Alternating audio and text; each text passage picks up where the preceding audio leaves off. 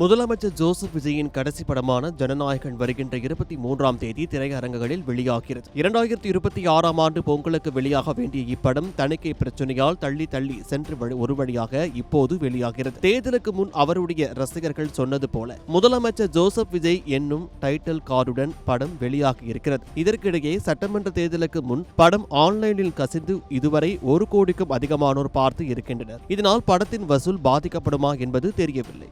இந்நிலையில் படத்தின் இயக்குனர் எச் வினோத் இது குறித்து பேட்டி அளித்திருக்கிறார். அதில் விஜய் சார் முதலமைச்சர் ஆவார் என யாரும் சொல்லவில்லை. நானும் அப்போது அப்படி நினைக்கவில்லை. அவர் தேர்தலில் வெற்றி பெற்றதே பயங்கரமான விஷயம். அவர் வெற்றியை நாம் குறைத்து மதிப்பிட்டிருக்கிறோம். இது தேர்தலுக்கு முன்பு எடுத்த திரைப்படம். இப்போது படத்தில் அதே கண்டென்ட் தான் இருக்கிறது. அதனை மாற்ற முடியாது. சென்சாரில் அதற்கு அனுமதிக்கவில்லை. படத்தினுடைய கருத்தில் எந்த மாற்றமும் இருக்கக்கூடாது என சொல்லிவிட்டார்கள். அதனால் பெரிய மாற்றங்கள் செய்யவில்லை. லீக்கான வெர்ஷனில் இருந்து இந்த படத்தில் புதிய விஷயங்கள் நேச்சுரலாகவே அமைந்திருக்கின்றன. ஆனால் நிறைய பேர் ஜனநாயகன் படத்தை பார்த்து விட்டார்கள். அவர்கள் மீண்டும் திரையரங்கிற்கு வந்து படத்தை பார்ப்பார்களா என தெரியவில்லை. அவர்கள் விஜய் சாரை பார்க்க வேண்டும் என நினைத்து தியேட்டருக்கு வர வேண்டும். ஜனநாயகன் வெறும் கமர்ஷியல் திரைப்படம் மட்டும் கிடையாது. இதில் தாவேகா புகழ்பாடும் விஷயங்கள் மட்டும் கிடையாது. இதில் சென்சிட்டிவான அரசியலை பேசியிருக்கிறோம். இது குறித்து நிறைய விவாதிக்க வேண்டும் என்பதே என் விருப்பம் என்று தெரிவித்திருக்கிறார்.